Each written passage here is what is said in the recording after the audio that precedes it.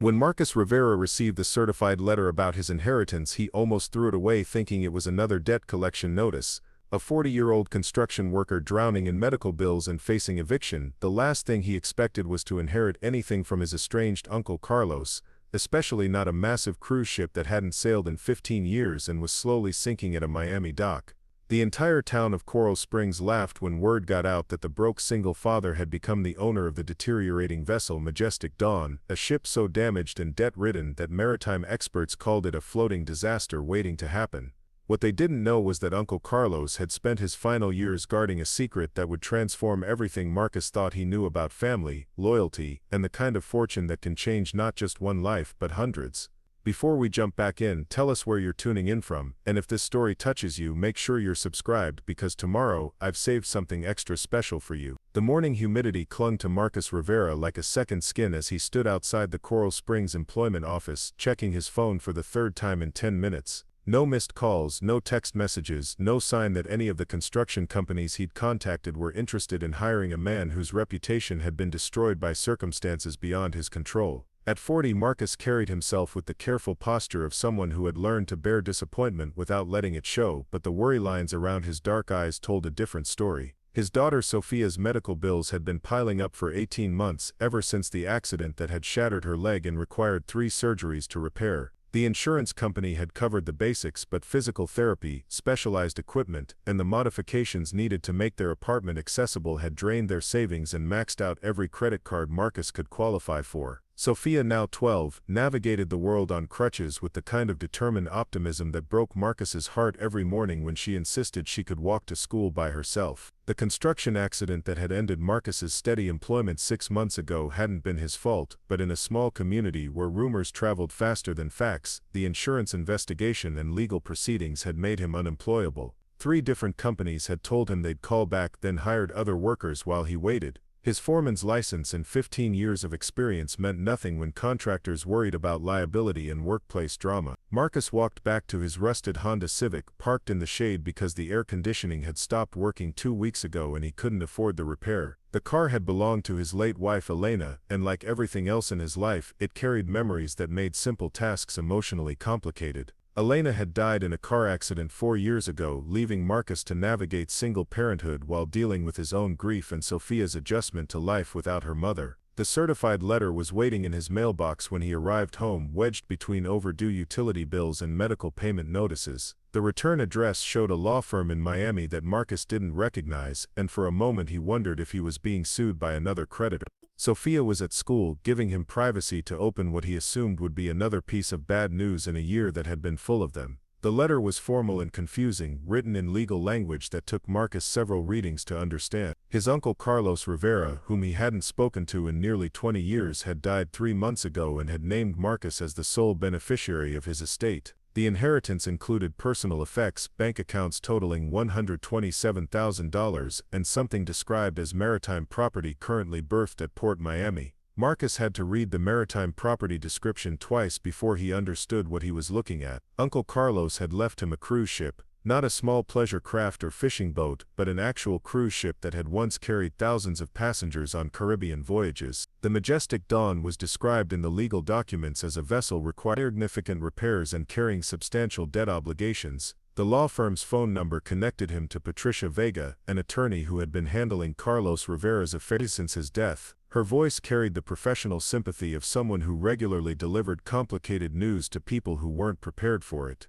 Mr. Rivera, I'm sorry for your loss. Your uncle was very specific about wanting you to inherit the ship, though I have to tell you that the vessel comes with significant challenges. The Majestic Dawn hasn't been operational since 2008, and there are outstanding debts, maintenance issues, and legal complications that you'll need to address. Marcus sat at his kitchen table looking around at the modest apartment that he might lose to eviction proceedings within the month. The idea that he now owned a cruise ship felt surreal, like learning he'd inherited a castle or a space station. What kind of debts are we talking about? Approximately $3 million in various maritime liens, unpaid dock fees, and maintenance obligations. The ship itself is valued at significantly less than what's owed on it, which is why most inheritors would simply disclaim the inheritance and walk away. Most inheritors Your uncle specifically requested that if you chose to disclaim the inheritance, the ship should be sold for scrap and the proceeds donated to charity. He seemed to believe you might be the kind of person who would see potential where others see problems. Marcus thought about Uncle Carlos, remembering a man who had always been involved in maritime businesses but had become estranged from the family after a dispute with Marcus's father over money and business decisions. Carlos had been at Elena's funeral, standing in the back of the church, but he'd left before Marcus could speak with him. The last conversation they'd had was nearly 2 decades ago when Marcus was in college and Carlos had offered him a job working on ships that Marcus had declined in favor of construction work on dry land. Miss Vega, what happens if I accept the inheritance? What would I actually be able to do with a ship that's worth less than the debt it carries? That would depend on your resources and your willingness to take on a complicated project. Some people have successfully restored inherited vessels and returned them to service, but it requires significant capital investment and expertise that most people don't possess. The conversation ended with Marcus agreeing to drive to Miami the following week to see the ship and meet with the attorneys handling the estate. He spent the evening researching the Majestic Dawn online, finding photographs of her glory days when she had been a mid-sized cruise ship carrying 1,200 passengers on week-long Caribbean itinerary. The ship had been built in 1987 and had operated successfully until the 2008 financial crisis forced her owners into bankruptcy. Sophia returned from school with the kind of exhausted determination that had become her normal expression since the She moved through their apartment with practiced efficiency, her crutches navigating furniture and doorways with the skill of someone who had learned to adapt to physical limitations without complaint. "How was the job search today?" she asked, settling into her homework chair with the directness that Marcus both admired and worried about. At 12, Sophia had developed an adult awareness of their financial situation that no child should need to carry. "Complicated," Marcus said, showing her the inheritance letter. "It turns out your great-uncle Carlos left me something unexpected." Sophia read the letter with the careful attention she brought to her schoolwork, her eyebrows rising as she processed the information about the cruise ship. "Dad, this is like winning the lottery, but in a really weird way. It's like winning the lottery and finding out your prize is a lottery ticket that probably won't pay out.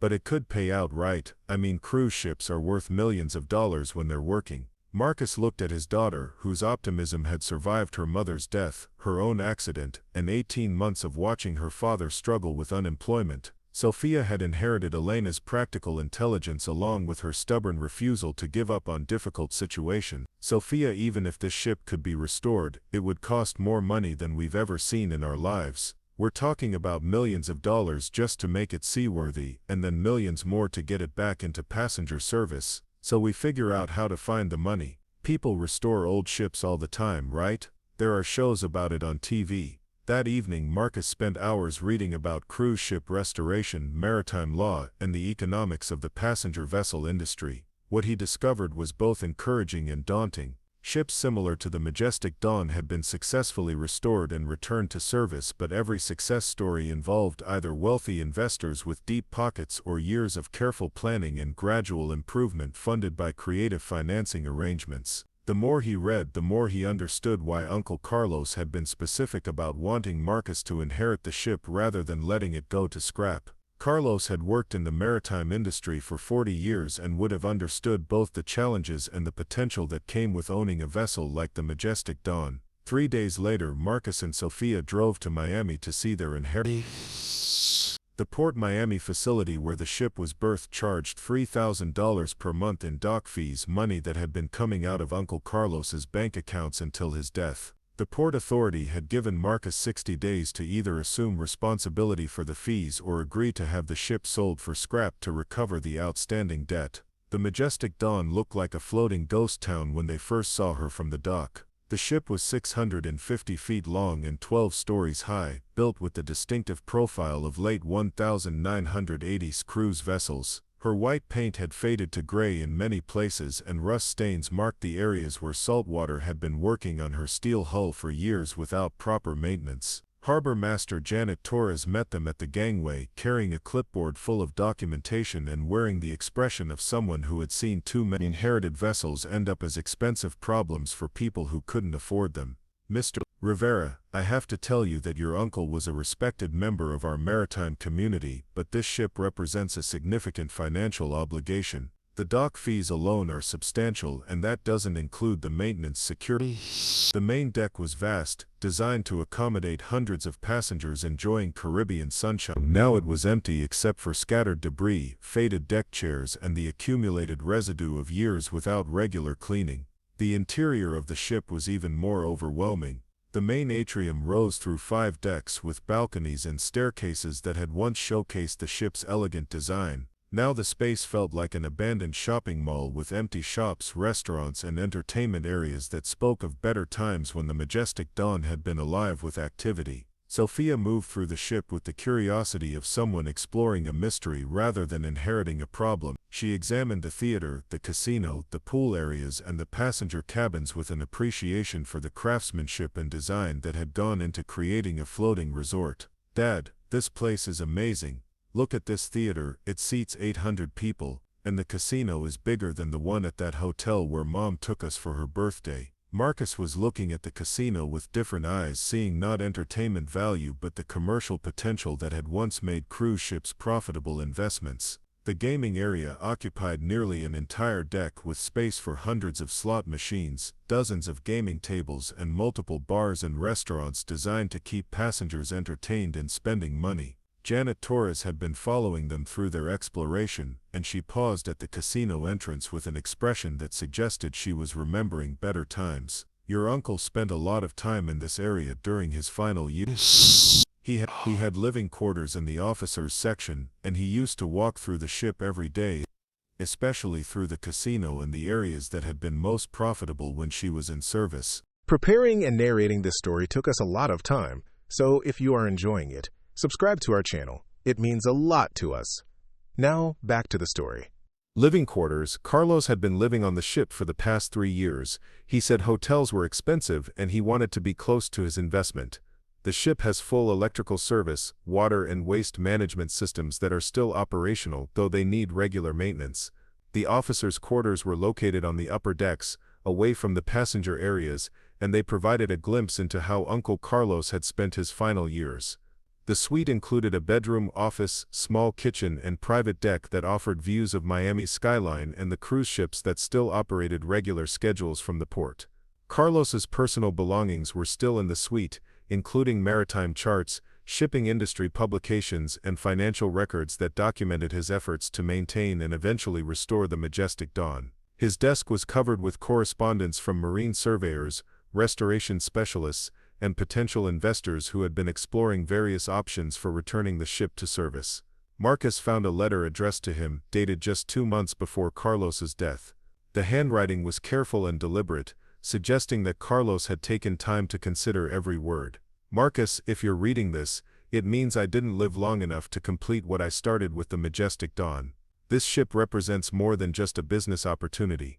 She represents the possibility of creating something valuable from something that others have given up on. I know your father and I had our differences, and I know you chose a different path than the maritime career I once offered you. But I also know that you're the kind of man who doesn't walk away from responsibilities, even when they seem overwhelming. The ship has challenges, but she also has secrets that most people don't know about. If you decide to keep her, start by exploring areas that passengers never saw. Some investments take years to pay dividends, but the most valuable things are often hidden in plain sight. Your Uncle Carlos." Sophia read the letter over Marcus's shoulder, and her reaction was immediate and decisive. "Dad, he's telling us there's something valuable hidden on this ship. Something that could help us save it." Marcus had the same impression, but his practical nature made him cautious about interpreting Carlos's words as promises rather than possibilities. The ship was massive, with hundreds of rooms, storage areas, and mechanical spaces that could hide anything from valuable equipment to documentation that might help with restoration efforts. They spent the rest of the afternoon exploring areas of the ship that passengers would never have seen during regular operations. The crew quarters, storage areas, and mechanical spaces revealed the complexity of operating a vessel designed to house and entertain more than 1,000 people while crossing hundreds of miles of ocean. In the ship's main office, they found filing cabinets full of financial records, operational manuals, and correspondence that documented the Majestic Dawn's history from construction through her final voyage in 2008. The paperwork painted a picture of a successful operation that had been killed by economic circumstances rather than operational problems. Sophia discovered something that Marcus initially dismissed as unimportant. In the casino manager's office, behind a filing cabinet that she had moved to reach a dropped pen, she found a section of wall that sounded hollow when she knocked on it. "Dad, this wall is different from the others. It sounds like there's space behind it." Marcus examined the area Sophia had identified, running his hands along what appeared to be a standard interior wall. The surface looked identical to the rest of the office, but the sound was definitely different, suggesting that there might be a hidden compartment or access panel. Working carefully with a pocket knife, Marcus found the edges of what turned out to be a removable panel, disguised to look like part of the wall's standard construction. Behind the panel was a space large enough to hold several filing boxes, and inside that space was documentation that made both of them stop breathing for a moment. The hidden compartment contained financial records that were completely different from the operational documents they had found in the regular filing cabinets. These records documented a separate business operation that had run parallel to the cruise ship's passenger service, involving private gaming events, high-stakes tournaments, and what appeared to be a sophisticated money management operation for wealthy clients. Marcus had stumbled onto evidence that Uncle Carlos and his business partners had been running what amounted to a floating casino for ultra-high net worth individuals who wanted gaming experiences that weren't available at land-based establishments. The documentation showed tournaments with entry fees in the hundreds of thousands of dollars, private gaming sessions with stakes that exceeded most people's annual incomes, and a client list that included names Marcus recognized from business and entertainment news. "Sophia, I think your great-uncle was running a very different kind of business than regular cruise operations." The most intriguing document was a ledger that tracked what were described as vault deposits from clients who apparently used the ship's facilities for secure storage of assets as well as gaming. The amounts listed were staggering, with individual deposits ranging from tens of thousands to several $1,000,000. According to the documentation, the Majestic Dawn had been equipped with a specialized vault system that allowed wealthy clients to store cash, jewelry, and other valuables in a secure environment that was technically in international waters during voyages, potentially offering certain legal and financial advantages that land-based facilities couldn't provide. The ledger showed that at the time of the ship's final voyage in 2008, the vault system contained assets totaling approximately $847 million belonging to various clients. The financial crisis that had ended the ship's operations had apparently left those assets stranded aboard the vessel, with no clear legal mechanism for returning them to their owners. Marcus spent the evening in Uncle Carlos's quarters, reading through the hidden documentation and trying to understand the legal and practical implications of what they had discovered. The papers suggested that Carlos had spent the last 15 years of his life trying to resolve the complex ownership questions surrounding the stranded vault assets while maintaining the ship as a secure storage facility. Sophia had found additional documentation that revealed the location of the vault system itself. The secure storage area was located in what had originally been designed as the ship's main safe, but had been extensively modified and expanded to create a facility that rivaled anything available at land-based banks or private storage companies. "Dad, according to these blueprints, the vault takes up almost an entire deck below the casino. It's got its own security systems, climate control and access restrictions that require multiple authorization codes." The implications were staggering. If the documentation was accurate, Marcus had inherited not just a deteriorating cruise ship, but also responsibility for nearly $1 billion in assets belonging to clients who might not even know their property was still aboard the vessel. The ethical and legal complexities were overwhelming.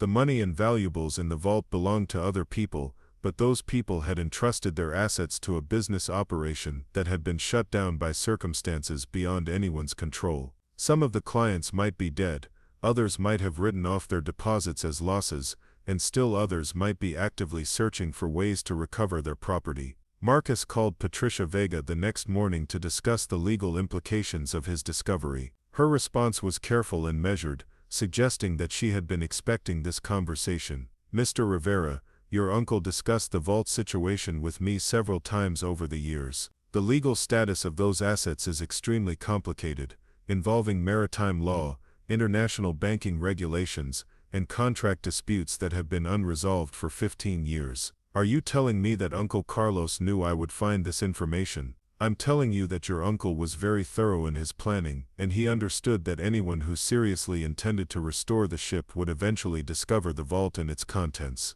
The conversation with Patricia Vega revealed that Uncle Carlos had been working with maritime lawyers, international banking specialists, and government agencies for years to develop a legal framework for resolving the vault situation. The process had been slow and complicated, but Carlos had made significant progress toward establishing procedures that would allow the assets to be returned to their rightful owners, while providing compensation for the costs of storage and security. The key issue, Patricia explained, is that the clients who deposited assets in the vault were paying for a service that continued to be provided even after the ship stopped operating. Your uncle maintained security, climate control and protection for those assets for 15 years at considerable personal expense. Under maritime salvage law, and the terms of the original vault agreements, he was entitled to compensation for those services. What kind of compensation? Typically, salvage awards range from 10 to 25% of the value of the assets preserved, depending on the circumstances and the level of risk involved in the preservation effort. Marcus felt his chest tighten as he calculated the potential implications. 25% of $847 million was more than $200 million, an amount that would not only solve his immediate financial problems, but would provide generational wealth for his family. But the discovery also brought new pressures and complications. If word got out that the Majestic Dawn contained a vault worth hundreds of millions of dollars, Marcus and Sophia would become targets for people who might be willing to use violence to gain access to the assets. More immediately, the existence of the vault explained why Uncle Carlos had been so insistent that Marcus should inherit the ship rather than letting it go to scrap. Carlos had spent 15 years protecting other people's property, and he needed someone he trusted to continue that responsibility while working toward a legal resolution. Marcus returned to Coral Springs with his head spinning from the complexity of what he had inherited. The deteriorating cruise ship was still a massive financial obligation, but it was no longer just a restoration project. It was a security operation protecting assets that belonged to dozens of wealthy individuals and families around the world. Sophia had been unusually quiet during the drive home, processing the implications of their discovery with the same careful attention she brought to her schoolwork. "Dad, what are we going to do? I honestly don't know. This is way beyond anything I've ever dealt with before. But we can't just walk away, right?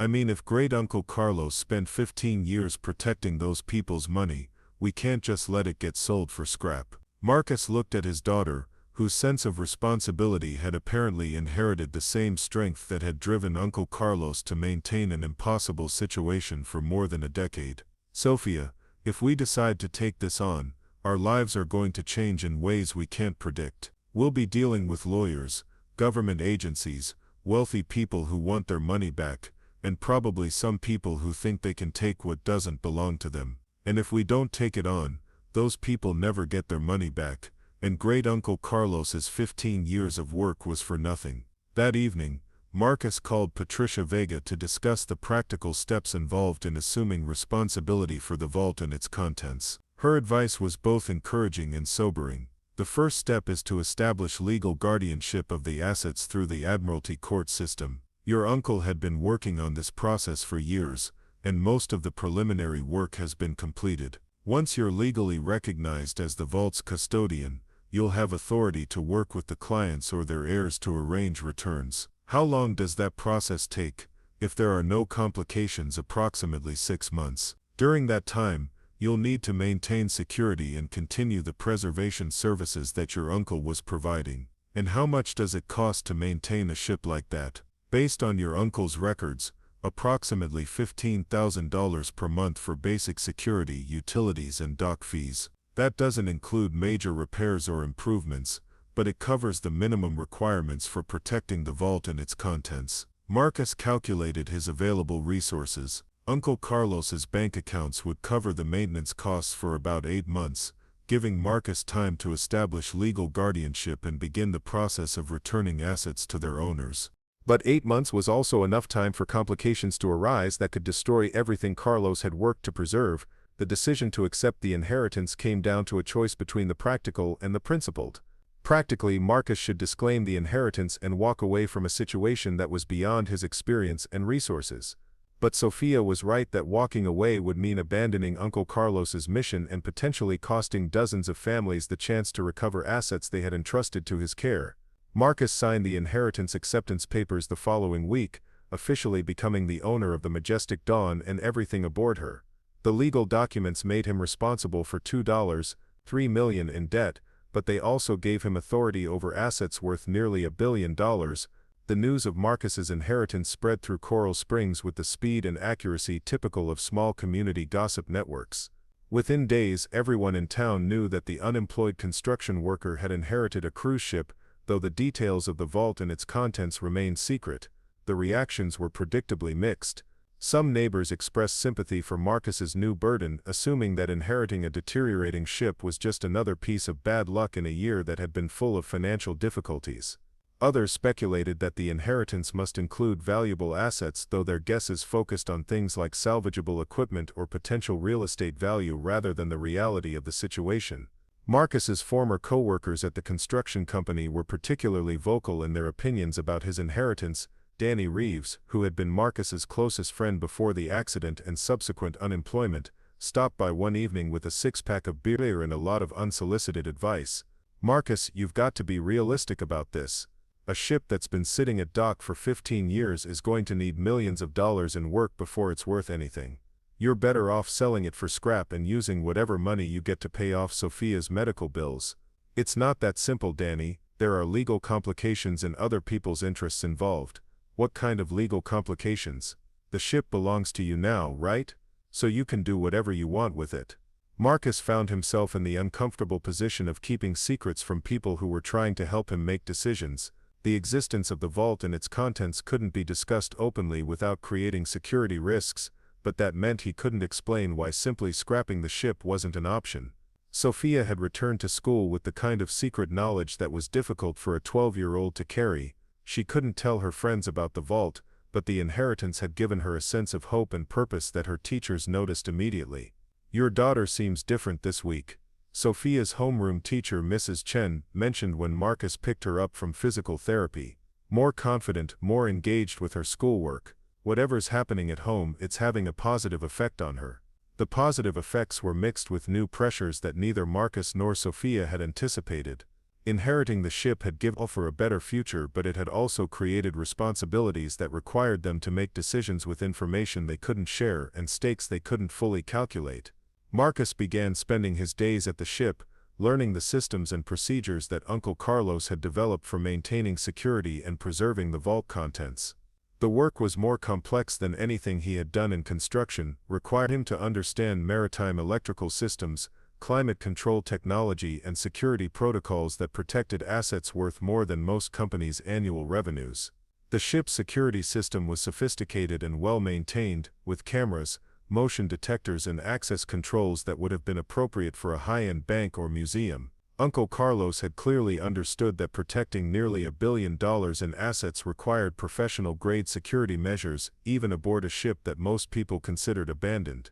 The vault itself was located 3 decks below the casino, accessible through a series of corridors and checkpoints that were designed to prevent unauthorized access while allowing legitimate users to reach their stored assets. The space had been originally designed as the ship's main safe, but extensive modifications had created a facility that included individual storage units, climate-controlled areas for sensitive items, and a main vault room that housed the most valuable deposits. Marcus's first visit to the vault was overwhelming in ways that no amount of documentation could have prepared him for. The main vault room contained shelves and storage units filled with cash, jewelry, artwork, and other valuables that represented the accumulated wealth of dozens of individuals and families. The cash alone was staggering. Stacks of currency in multiple denominations and national origins filled specially designed storage units that maintained proper humidity and temperature controls. Some of the money was in standard bank bundles, while other deposits consisted of rare currencies, commemorative notes and precious metal certificates that would require expert evaluation to determine their current value. The jewelry collection included pieces that Marcus recognized as museum-quality examples of fine craftsmanship and rare gemstones. Necklaces, bracelets, rings and ceremonial items were stored in individual cases with documentation that described their provenance and estimated value. The artwork was perhaps the most impressive category of stored assets. Paintings, sculptures and cultural artifacts were preserved in climate-controlled units that maintained gallery quality in vital conditions. Some pieces were signed by artists whose names Marcus recognized from museum exhibitions, while others appeared to be cultural or religious items that represented heritage rather than commercial value. Each stored item was accompanied by documentation that identified the depositor, described the asset, and provided contact information that was current as of 2008. The challenge facing Marcus was that 15 years had passed since the deposits were made, meaning that many of the contact details were obsolete and some of the depositors might no longer be alive. Working through the vault inventory became Marcus's full-time occupation, though he couldn't explain to Sophia or his neighbors exactly what he was doing aboard the ship each day. He told people he was evaluating restoration options and learning about the vessel's systems, which was technically true even if it didn't capture the full scope of his activities.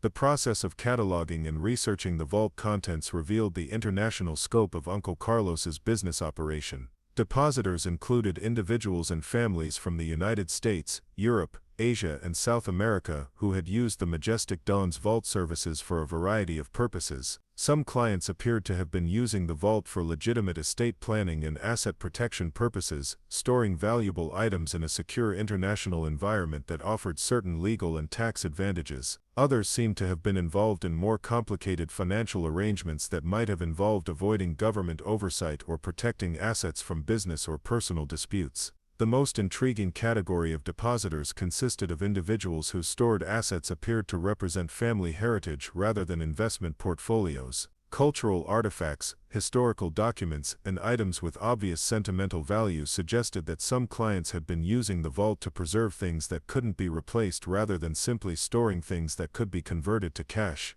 Marcus began researching the depositors, using internet searches and public records to determine which individuals were still alive and whether their contact information could be updated. The process was slow and complicated, requiring detective work that went far beyond anything he had learned in construction or maritime operations. Some depositors were easy to locate through business directories and social media platforms that provided current contact information. Others required more extensive research through property records, legal databases, and professional networks that took weeks to navigate. The most difficult cases involved depositors who appeared to have died without heirs, changed their names, or moved to countries where public records weren't easily accessible. These situations raised legal questions about what should happen to assets whose owners couldn't be located or contacted. After 6 weeks of research, Marcus had successfully located approximately 60% of the original depositors or their heirs. The contact process was delicate, requiring him to verify identities while explaining a situation that sounded too unusual to be credible. His first successful contact was with Margaret Chen, a businesswoman in San Francisco whose family had stored a collection of cultural artifacts and jewelry in the vault 15 years. Her reaction to Marcus's phone call was a mixture of relief and disbelief.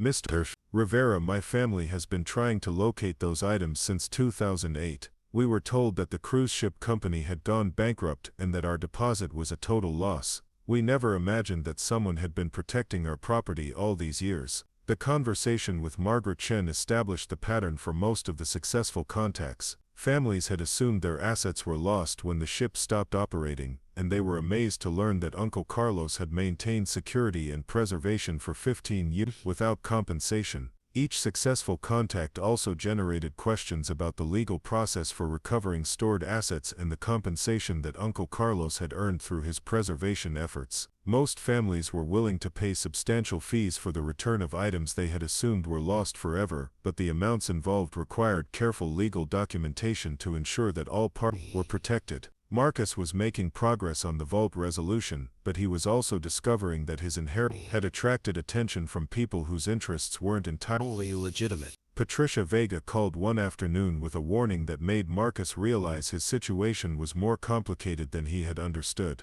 "Marcus, we've been contacted by several law firms claiming to represent clients who have interests and assets aboard the Majestic Dawn. Some of these claims appear to be legitimate, but others are raising red flags that suggest fraudulent attempts to gain access to the vault. What kind of red flags? Claims that aren't supported by proper documentation, requests for information that go beyond what legitimate claimants would need, and legal language that suggests the firms involved specialize in asset recovery rather than representing actual depositors. The possibility that criminals were targeting the vault added a new dimension of danger to Marcus's situation. If people were willing to use fraudulent legal claims to gain access to the assets, they might also be willing to use more direct methods that could put Marcus and Sophia at risk. Marcus hired a private security firm to provide additional protection for the ship and began varying his schedule to make it more difficult for potential threats to predict his movements. The security costs were substantial, but the alternative was leaving nearly $1 billion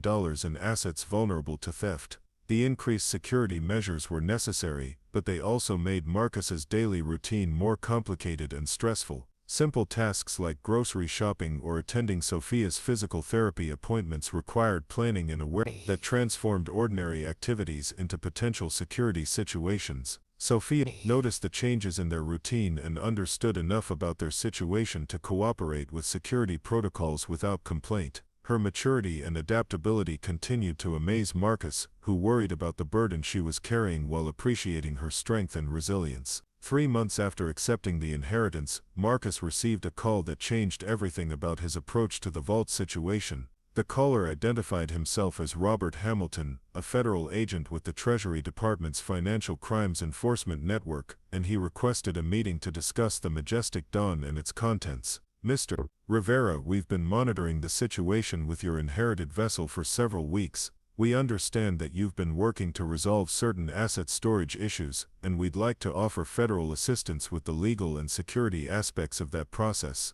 The meeting with Agent Hamilton took place aboard the ship in Uncle Carlos's former office, with Patricia Vega present to provide legal. Hamilton was a career federal investigator whose knowledge of the vault situation was both impressive and concerning. Mr. Rivera, your uncle had been cooperating with our agency for several years in our investigation of money laundering and asset concealment operations that used maritime storage facilities. The Majestic Dawn's vault contained assets from both legitimate clients and individuals who were under federal investigation for financial crimes. The revelation that some vault depositors were criminal suspects added new complexity to the asset recovery process. Marcus couldn't simply return assets to people who claimed ownership if those people were being investigated for crimes involving the money or property they had stored.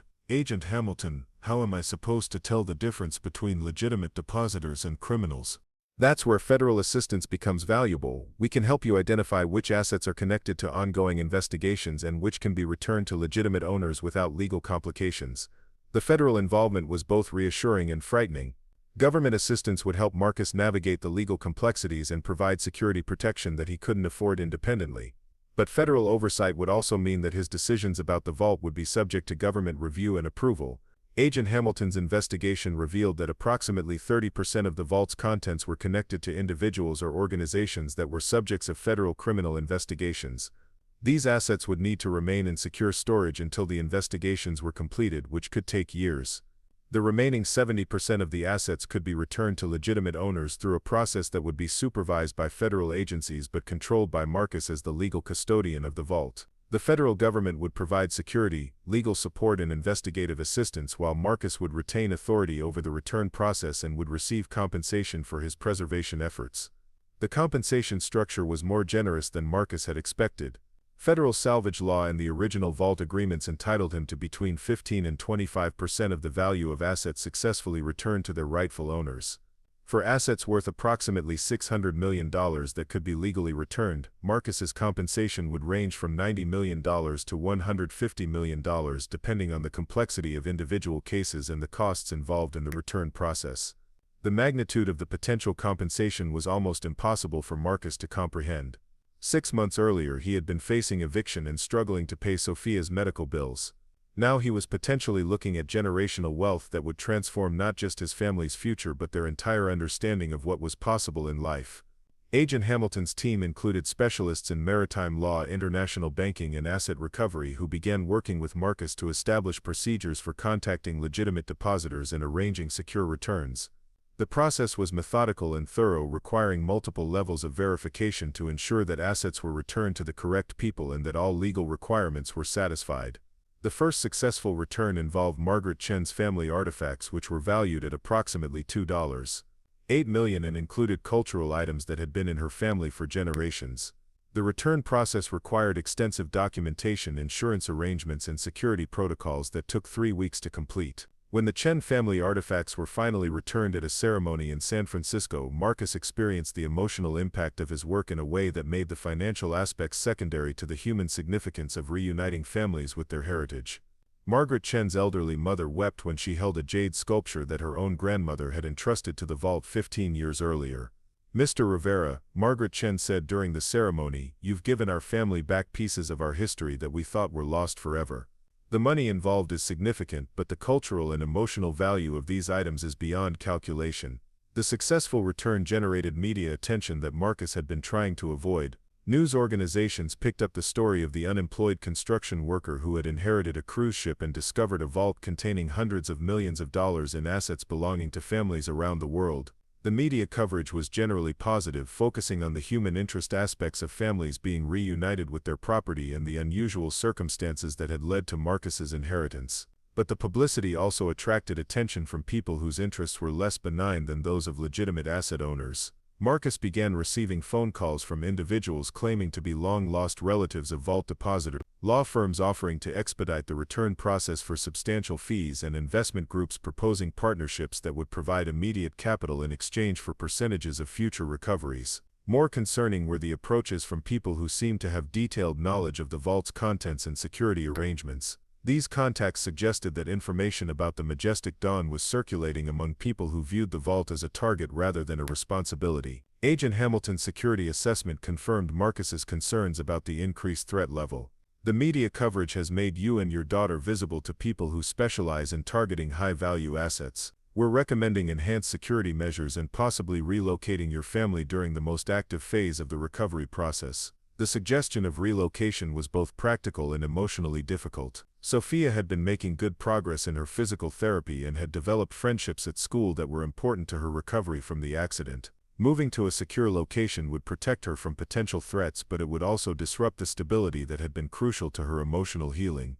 Marcus discussed the security situation with Sophia in terms that were honest but not frightening. Her response demonstrated the same practical intelligence that had helped her adapt to life with crutches and medical appointments. "Dad, if we need to move somewhere safe while we help these families get their stuff back, then that's what we do. But can we make sure I can still do my physical therapy? I'm finally getting strong enough to walk without crutches sometimes." The family relocation was arranged through Federal Protective Services and involved moving to a secure facility in Tampa that provided both residential accommodations and office space for continuing the vault recovery operations. The facility was staffed by federal agents and private security personnel who specialized in protecting witnesses and victims involved in high-stakes financial investigations. Sophia's medical care was continued through arrangements with Tampa area specialists who were cleared to work with families in protective custody. Her physical therapy progress actually accelerated in the new environment, possibly because the reduction in financial stress had allowed her to focus more completely on her recovery.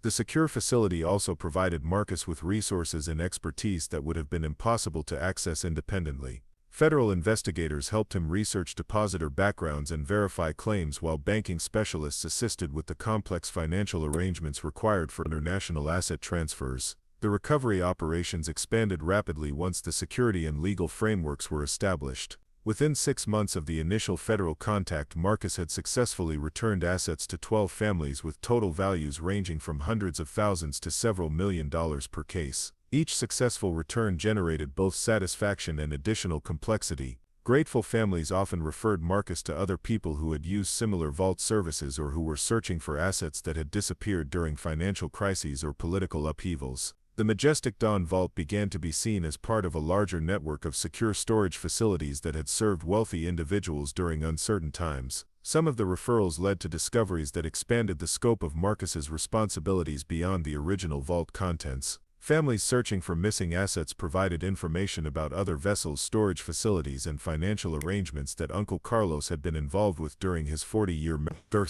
during Southern Patricia Vega's legal research revealed that Carlos Rivera had been part of an informal network of maritime professionals who provided secure storage and transportation services for clients who needed alternatives to traditional banking and storage options. The network had operated primarily in international waters, taking advantage of patrician protections for assets stored aboard vessels in transit. Your uncle was essentially running a floating safe deposit box service for people who needed to protect assets from political instability, economic collapse, or legal challenges. Patricia explained during one of their weekly strategy meetings. The service was legitimate and legal, but it operated in areas where traditional banking regulations were limited or unclear. The broader scope of Carlos's operations explained why some vault depositors had stored unusual items that seemed to have more sentimental than commercial value. Political refugees, business owners fleeing economic instability, and families protecting heritage during social upheaval had used the vault to preserve things that couldn't be replaced rather than simply hiding money from tax authorities. Understanding the historical context of the vault operations made Marcus more committed to the recovery process even as the complexity and duration of the work became clear. Some depositors had been protecting family heritage from political persecution, while others had been preserving business assets during economic crises that threatened their livelihoods. The human stories behind the vault deposits made each recovery more meaningful than simple financial transactions. Marcus was returning a Chinese family's cultural artifacts that had been protected during political upheaval, reuniting a European family with artwork that had survived multiple generations of social and economic turmoil, and helping business owners recover assets that had been hidden during currency collapses and governmental changes. One particularly significant recovery involved a collection of historical documents and cultural artifacts that had been deposited by a family fleeing political persecution in South America. The items included genealogical records, family photographs, and cultural objects that represented the only surviving documentation of their heritage and family history. The recovery of these irreplaceable items required coordination with international organizations that specialized in reuniting refugees with cultural property. The process took 8 months and involved researchers in 4 countries, but the eventual return of the materials to the family's descendants provided closure that had been sought for nearly 2 decades. Marcus began to understand that his role as vault custodian was part of a larger historical process of recovering and preserving cultural heritage that had been scattered by political and economic upheaval throughout the late 20th and early 21st centuries. The work was more complex and meaningful than simple asset recovery, involving the restoration of family identity and cultural continuity that had been disrupted by circumstances beyond anyone's control. The financial compensation for Marcus's work was substantial and growing. The federal salvage awards, combined with voluntary contributions from grateful families, had generated more than $40 million in 18 months, with projections suggesting that total compensation could exceed $100 million once all recoverable assets were returned. The money had transformed Marcus's life in ways that went far beyond simple financial security. Sophia's medical care was now provided by the best specialists available, without any concern about insurance coverage or treatment costs. Their housing had evolved from a modest apartment to a comfortable home with full accessibility features that supported Sophia's continued recovery.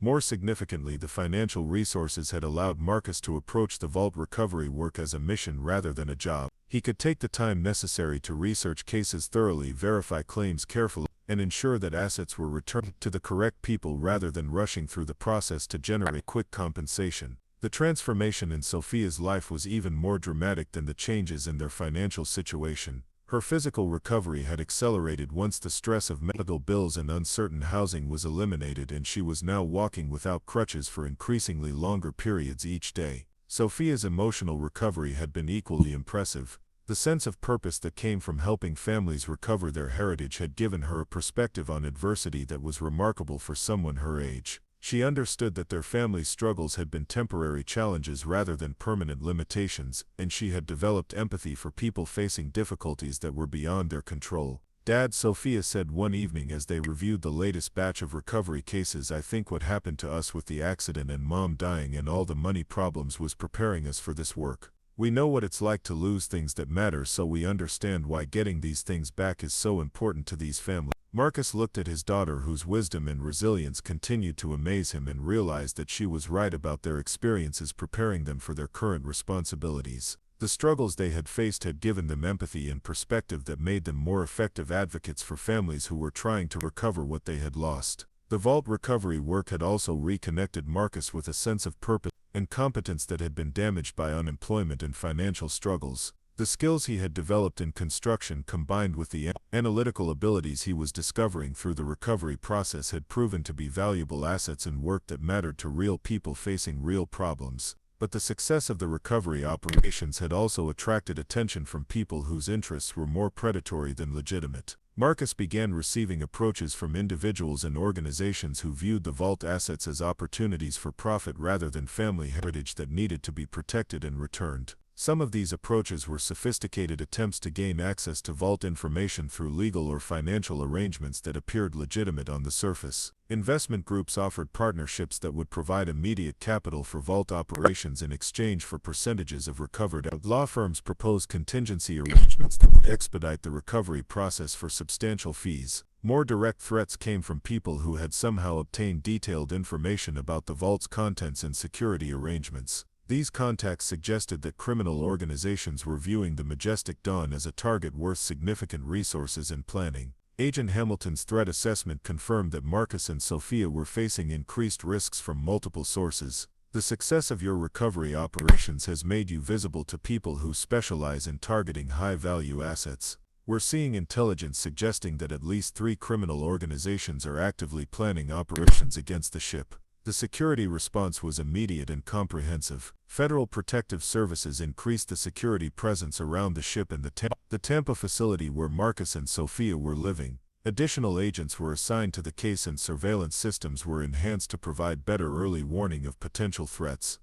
The escalated security measures were necessary but emotionally exhausting for both Marcus and Sophia. Living under constant protection was a reminder that their work helping families recover their heritage had made them targets for people who viewed other people's losses as opportunities for their own gain.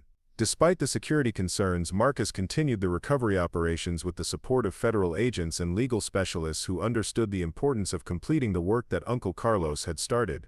Each successful return was a victory against the forces that sought to profit from other people's suffering, and each family reunited with their heritage justified the risks involved in continuing the mission. The scope of the recovery operations continued to expand as word spread through communities of people who had used alternative storage and protection services during times of crisis. Marcus began receiving contacts from families around the world who were searching for assets that had been entrusted to various maritime storage operations during the past several decades. Some of these contacts led to discoveries of additional storage facilities and vault operations that Uncle Carlos had been connected to during his career. The Majestic Dawn Vault was apparently part of a larger network of secure storage services that had operated throughout the Caribbean and along the eastern seaboard during the 1990s and 2000s. Patricia Vega's investigation revealed that Carlos Rivera had been involved with at least 6 other vessels that had provided similar storage services for wealthy clients during the same period. Most of these operations had been shut down by the 2008 financial crisis, but some had continued operating under different management or had transferred their assets to other secure facilities. Your uncle was part of an informal maritime storage industry that served clients who needed alternatives to traditional banking during uncertain times, Patricia explained. The industry was legitimate and provided valuable services, but it operated in legal gray areas that made it vulnerable to disruption during economic crises. The discovery of the broader network meant that Marcus's recovery work could potentially help families locate assets that had been stored in multiple facilities over many years. The process required coordination with maritime authorities, international law enforcement agencies, and legal specialists in multiple countries. The complexity of the expanded recovery operations was challenging, but it also multiplied the potential impact of Marcus's work. Instead of helping dozens of families recover their heritage, he was potentially helping hundreds of families reconnect with assets and cultural property that had been scattered by decades of political and economic upheaval. The financial implications were equally significant. If the broader network contained assets similar to those in the Majestic Dawn Vault, Marcus could be looking at recovery operations involving billions of dollars in assets and compensation that would make him one of the wealthiest individuals in the country. But Marcus had learned that the most meaningful aspects of the recovery work were not financial. The letters and phone calls from families who had been reunited with cultural artifacts, family documents, and sentimental items that they had thought were lost forever were more rewarding than any amount of money. The work had given Marcus and Sophia a sense of mission that transcended their personal circumstances and connected them to a global community of people who understood the importance of preserving family heritage and cultural identity. They were part of a historical process that was larger than their individual lives but was being carried out through their personal commitment and sacrifice. As the second year of recovery operations began, Marcus reflected on the journey that had brought his family from desperate financial circumstances to meaningful work that helped people around the world. The inheritance that had seemed like a burden had become an opportunity to contribute to something important and lasting. Sophia's physical recovery had progressed to the point where she was walking normally most of the time and participating in activities that had been impossible immediately after her accident. Her emotional growth had been even more impressive as she had developed wisdom and empathy that were remarkable for someone her age. "Dad," Sophia said one evening as they watched the sunset from the deck of the restored Majestic Dawn, "do you think Great-Uncle Carlos knew this would happen when he left us the ship?" Marcus considered the question, thinking about the careful planning that Carlos had done and the specific instructions he had left for continuing the vault recovery work. "I think he hoped we would be the kind of people who would finish what he started, even if it meant taking on responsibilities that were bigger than anything we had ever imagined." The ship around them had been transformed from a deteriorating vessel into a floating memorial to the power of persistence and the importance of protecting other people's heritage. The vault continued to operate as a secure storage facility, but now it served families who were working to recover their property rather than hiding assets from uncertain circumstances. The Majestic Dawn had found her purpose again, not as a cruise ship carrying passengers on vacation but as a vessel dedicated to reuniting families with their heritage and preserving cultural property for future generations. The work was more meaningful than entertainment, and the impact was more lasting than any voyage the ship had completed during her original career. Marcus understood that the inheritance had given him more than financial security or even meaningful work. It had given him and Sophia the opportunity to contribute to something that would continue long after their individual involvement ended. The families they helped would pass their recovered heritage on to their children and grandchildren, creating ripple effects that would extend for generations. The man who had been mocked for inheriting a sinking cruise ship had discovered that some inheritances are measured not in dollars or assets but in the opportunity to make a difference in other people's lives. The ship that everyone thought was worthless had turned out to be invaluable, not because of what it contained but because of what it made possible. As evening settled over the port, Marcus and Sophia prepared for another day of recovery operations, knowing that families around the world were counting on their work to reunite them with heritage that had been thought lost forever. The vault below them contained more than money and valuables. It contained hope, identity, and the proof that some people will go to extraordinary lengths to protect what matters most to others. The Majestic Dawn had sailed her final voyage as a cruise ship, but she had begun a new mission that was more important than any passenger service she had ever provided. She was now a vessel dedicated to justice, family reunification, and the preservation of human heritage that had survived the worst circumstances history could create.